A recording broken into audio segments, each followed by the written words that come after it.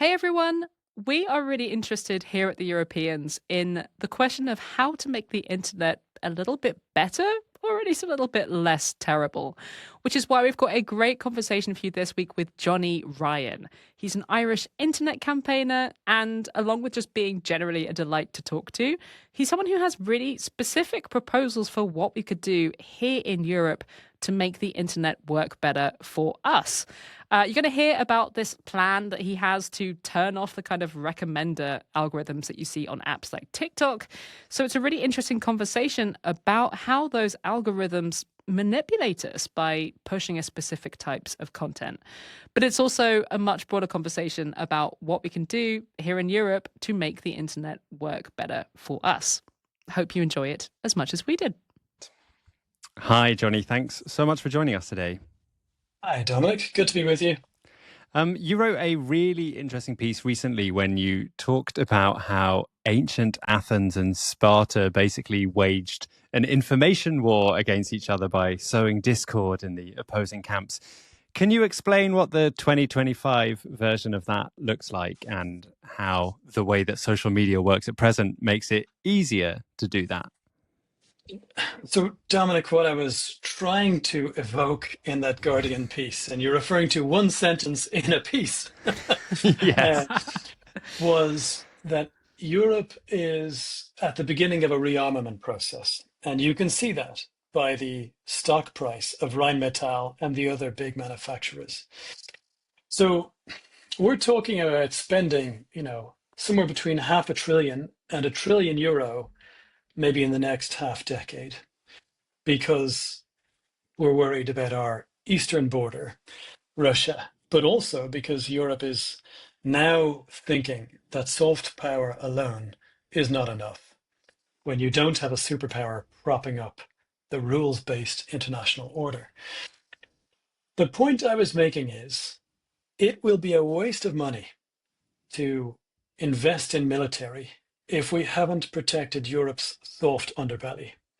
And our soft underbelly is our politics.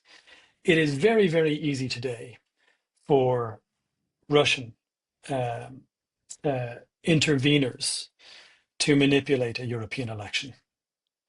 And we have seen, for example, Elon Musk getting involved in many European countries' politics. And now we've seen, and it started with the speech of J.D. Vance, official US support for that intervention in European politics. So, what I was saying in that piece is that Europe is today caught in a pincer between the East and the West. Both Russia and the United States, and maybe others too, are trying to boost authoritarians within our ranks into power in our countries. And could you give us some examples of specifically like how that is happening online? Okay, well, the first thing that everyone will be aware of is that over the last decade, and maybe a little bit longer, depending on the platform, we have had this amplification of anything that makes you angry or fearful. And this is not a new story. It was probably, it probably had its widest currency when Francis Hagan, the Meta whistleblower, reported publicly with official documents from inside Meta and said, our company has been amplifying the worst stuff and getting people aggravated because that keeps them hooked on their screens. And the longer you are hooked on your screen, the more space there is to sell advertising to you. So it makes commercial sense.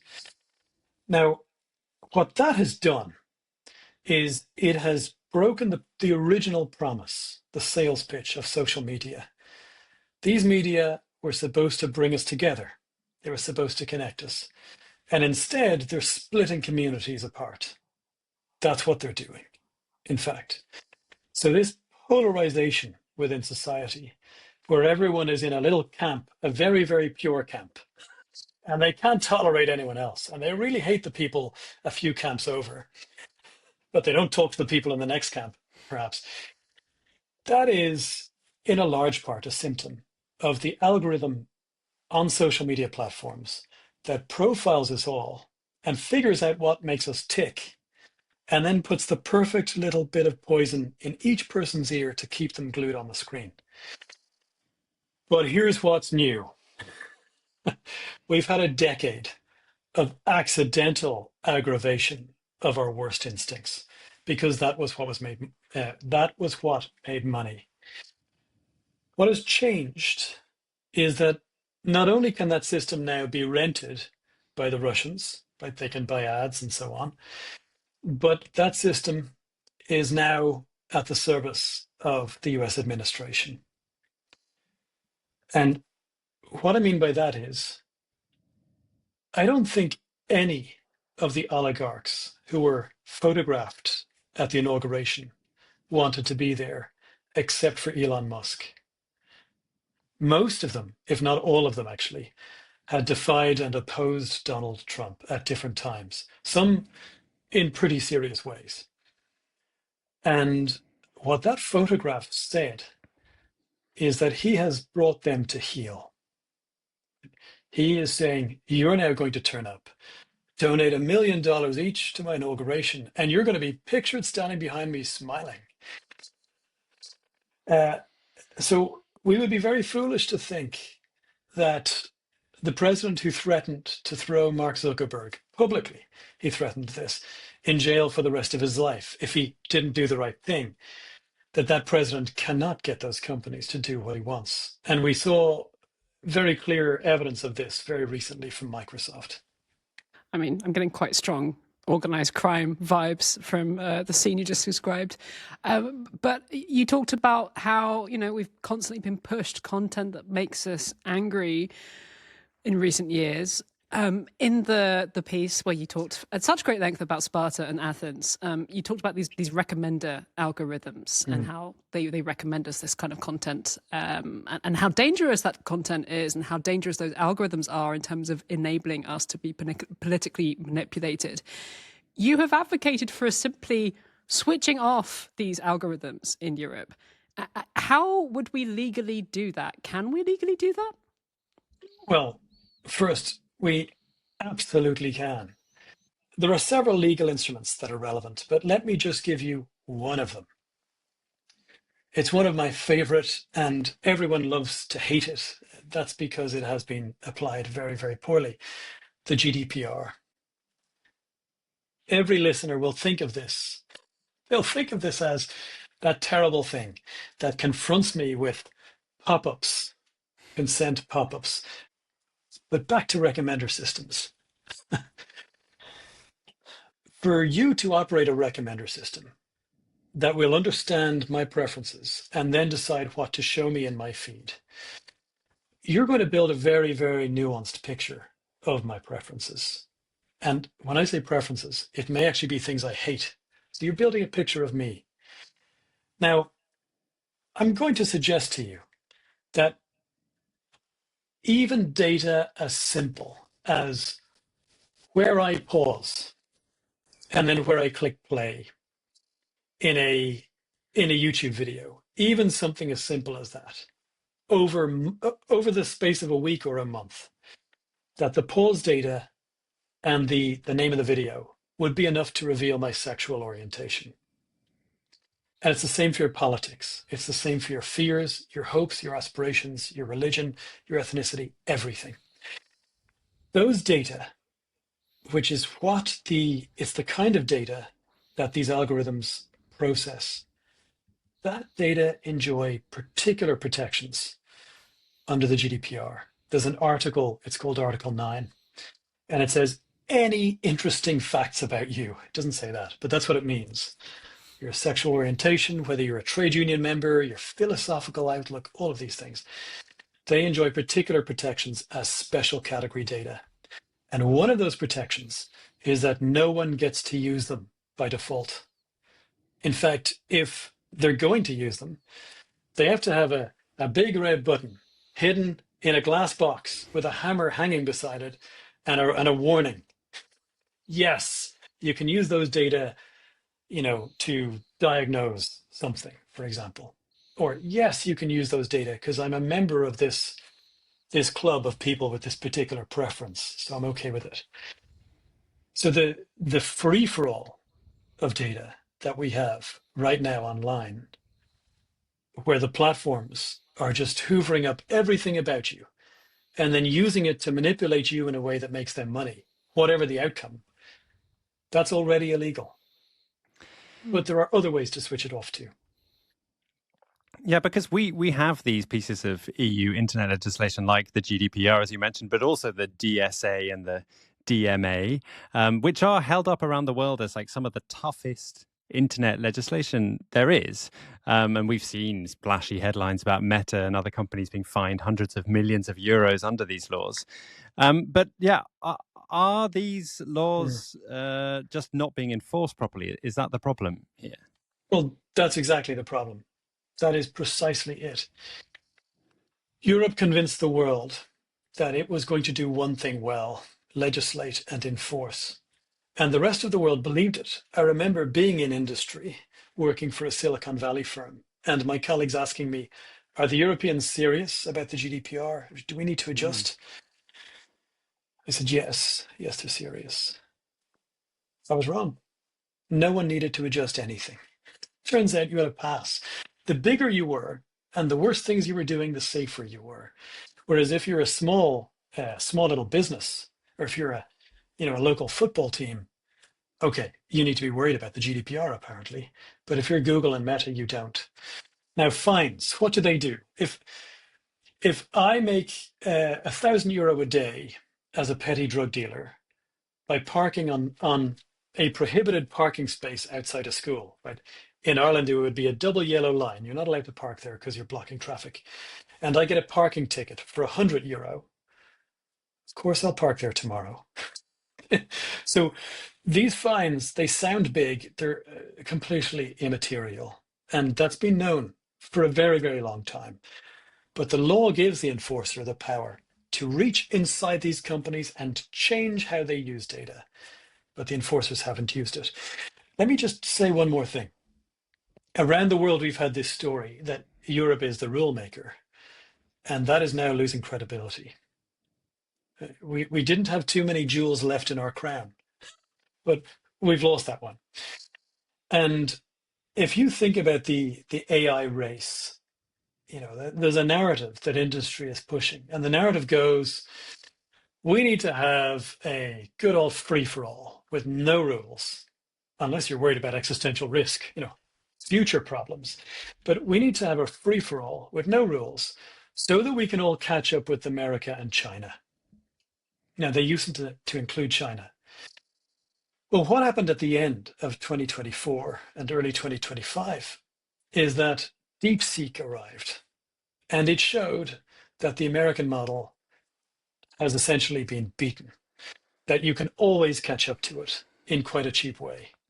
And the interesting thing about DeepSeek is that it comes from China, which has by far the most stringent AI law in the world, several laws. And I'm not just referring to nasty, state censorship of people and what they're thinking and saying. I'm referring to safety measures for how AI works and how the data are used and everything else. So you can have rules, and unlike Europe, you can actually enforce them, as China certainly does, and you can win. But in Europe, we do neither. Right now, we're losing, and we don't have rules that are real. But do you think that's because we just accidentally designed these rules badly? Or do you think there was a sense of like wanting to look tough, but at the same time, oh, we quite like these tech companies and we want them to feel welcome here. And we're not really that serious about making laws that really bring them to heel? I think it's some combination of those things. But this isn't just about digital. Europe has a huge enforcement issue in other areas too. Antitrust, which has been largely dead in the United States for a long time, decades, has had a rejuvenation actually in the later days of Trump, and then a huge renaissance under Biden, which appears to be continuing to some extent under Trump. Europe used to credit itself that it was the one applying these antitrust and competition rules alone, without the US, fighting alone. But actually, you can take a look at some of these markets, and they are very clearly broken. The digital market, worst among them. I'll give you, in the digital market, one of our original sins as Europeans. We allowed a company called Google to buy a company called DoubleClick. DoubleClick is the company that was running ad auctions on very, very large chunk of the internet. Google was allowed to buy it. Then it said, well, we won't combine the data. And then it did combine the data. Nothing happened. So we have a terrible problem of simply not applying the law. You're speaking to us from Ireland. And why is it that Ireland is key to forcing companies to give us an internet that is less dangerous and generally one that works better for Europeans? Dominic, it's mainly the weather. And the attractiveness of its citizenry. Of course, yeah. Actually, maybe that's the reason. No. So what happened was, when the GDPR was being negotiated, there was a question: will there be centralized enforcement in Brussels, or even by some super enforcer positioned somewhere in a shiny building in Europe? Or will there be national authorities who enforce? Or will there be national authorities who enforce, and you as a company will deal with whatever authority is in the country where you have your European headquarters? I better say that again in better English. What we ended up with was that third option, which means nearly all of the top digital companies by market cap have their European headquarters in Ireland, in this small country that I am in today. The only exception is Amazon, which is based in an even smaller country, in Luxembourg. Now, because they say that they have their European headquarters here, it is the Irish Data Protection Commission that is the so-called lead authority for how they use data. So if you've any issue with how Meta has used your data, and you complain to your local enforcer, that will eventually go to the Irish. And there it will remain for quite some time. Even worse if it has to go to the Luxembourgish. So this system is a problem, not inherently. There's no reason why enforcement, by the way, might be any better in Brussels. Competition enforcement is led from Brussels. And in digital, it has been a disaster, a total failure. You can know that by looking at the market. So I'm not suggesting that this system should change. I'm not suggesting there's a better system, but I am suggesting that both systems are completely broken. Apart from the weather and the handsomeness of its citizens, what was it about Ireland that was so attractive when these giant tech companies were looking for headquarter locations in Europe? What was it that made them think, oh, Ireland, let's go there? Yes, I think a primary reason is that the country never had an industrial revolution, which meant that there was a policy of grabbing other countries' companies, a very, very well developed policy with the entire state apparatus committed to it, where you would incentivize foreign corporations to come here and employ people here. Part of that then is the tax system, the corporate tax system, which has been an ongoing battle. One other reason, however, is probably the language. It's that this is a country that is situated geographically, it's as close as you can get to the US while being in Europe, and the people are probably as close as you can get to being Americans. They speak English, often with an American twang, because they grew up watching Friends. It's reasonably easy for other language speakers to get to if you need to hire them too. And culturally, it is easy for Americans to deal with Irish people. All the easier if they have to pay very, very little corporate tax.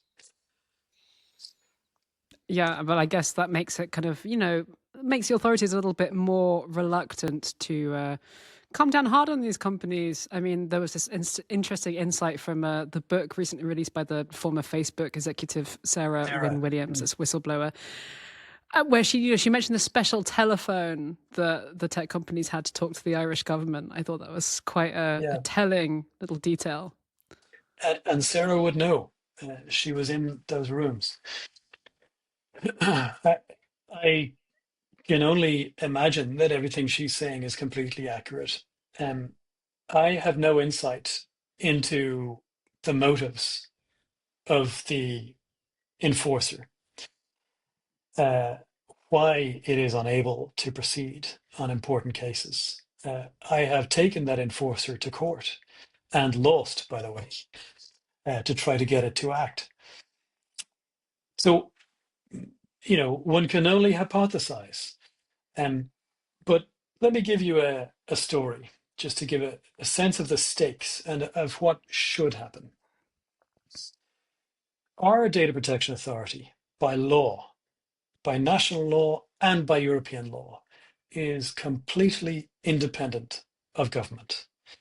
It has very significant funding. I think the last time I checked, it was number 4 or 5 by budget among its European peers.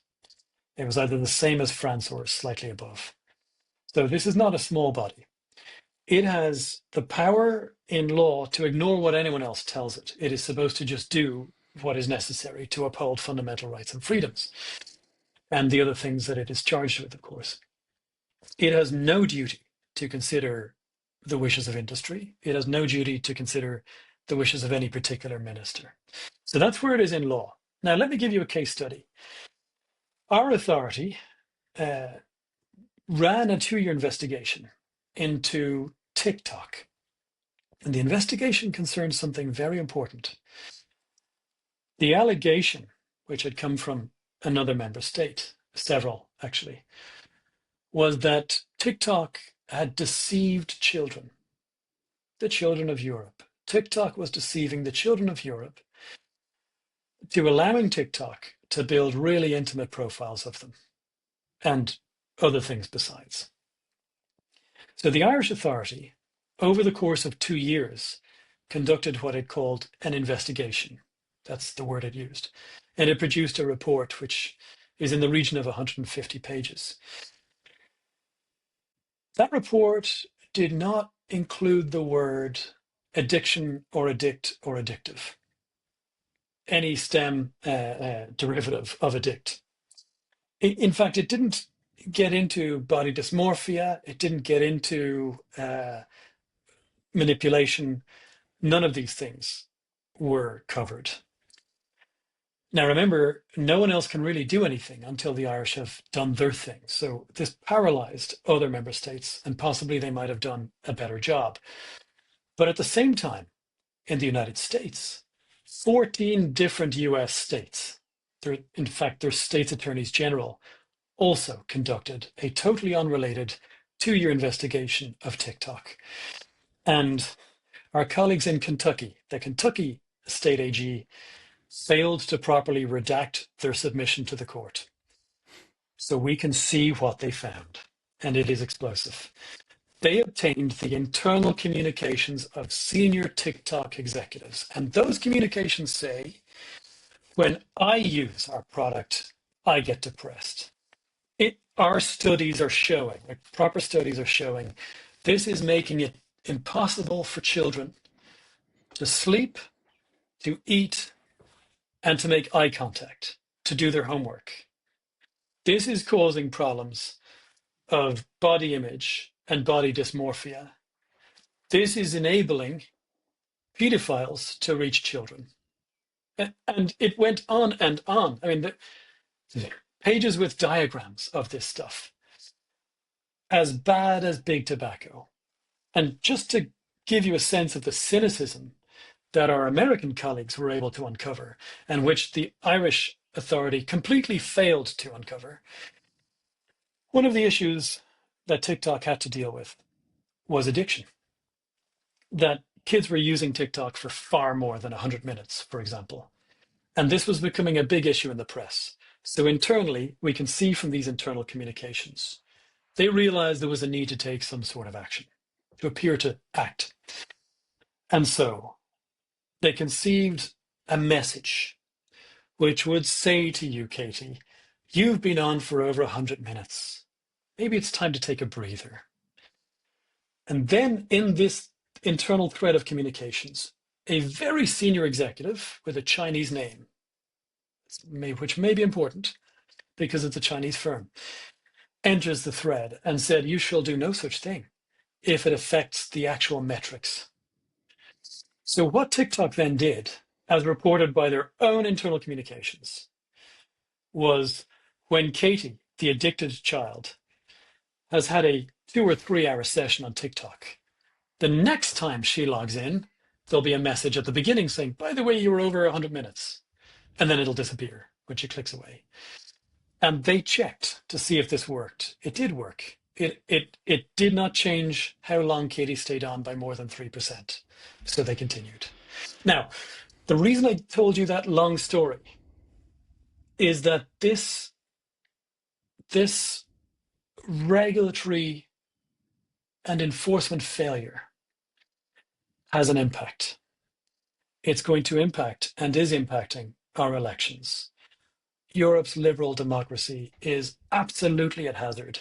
If you take a look at 3 recent elections, very recent, the margin between an ultra far right,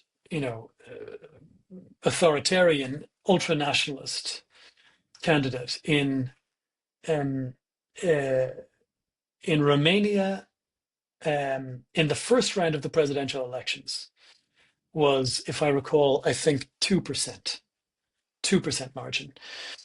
We've had the first round of the Polish presidential election, and PIS, right, which is in the same vein. In the first round, they were only 7% away from the lead candidate. They were the second candidate. So we'll see whether they actually win in the runoff now. And in the German elections, the margin was 8% between AfD and CDU, if I recall correctly. Now, double check me on the numbers. So the margin is somewhere between 2 and 8% in these 3 recent elections. And we are allowing companies like TikTok, which are controlled by foreign oligarchs who are not beholden to us and who we do not enforce on, and really haven't even tried to lift those tools off the shelf. They are in a position to sway our elections and irreparably wreck our liberal democracy. We shouldn't be surprised that that's a reality, because we're also letting them do the same thing to our children's mental health.